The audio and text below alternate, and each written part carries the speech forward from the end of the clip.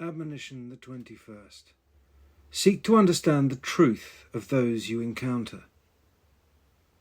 I waited for the snug door to close, a sense of disbelief and discouragement quickly ebbing into outright indignation.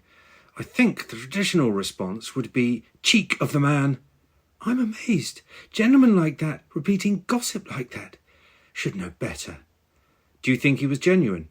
Genuine in wanting us to exit from the scene as rapidly as possible. Michael interjected from the snug bar on which he was now leaning while leisurely sipping from a fresh cup of coffee. "Oh, he's genuine, all right. Bit of a stuffed shirt. Heart mostly in the right place." He paused, looking at us. "You saw him off pretty sharp."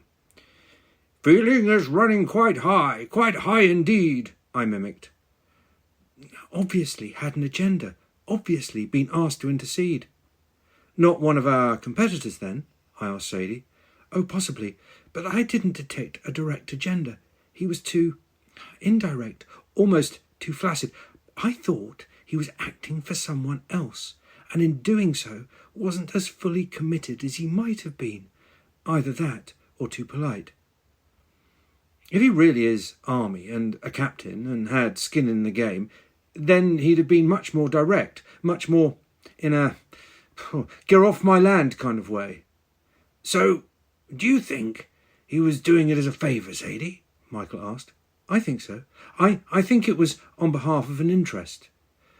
That whole feeling is very high, sounds suspiciously like a third party trying to pull as many levers as possible." "Yes, it does. I'm left wondering who on earth told him we were here."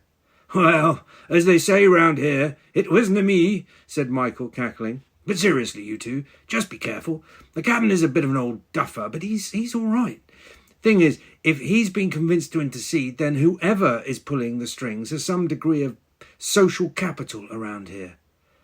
"But who would that be, Michael?" He shrugged, his famous Gallic shrug, and fell to rolling another cigarette. "Oh, not the farmers. Not the locals. Not the folks in the bar last night, for sure. Might be second homers. Some have more money than sense. Might be your competitors for the property. Might be the Batman." He paused and shook his head. "But I'll keep an ear open and let you know if I hear anything." He paused, relishing the joke he was about to tell. "You were christened in the bar last night after you left." "We were?" "Oh, yes. Old KP couldn't remember your surname, so you became that Charlie Chumley Warner and his missus. And of course it caught. Sorry, old son." He chucked me on my shoulder. "If you're having the mickey taken out of you already, then you're doing all right."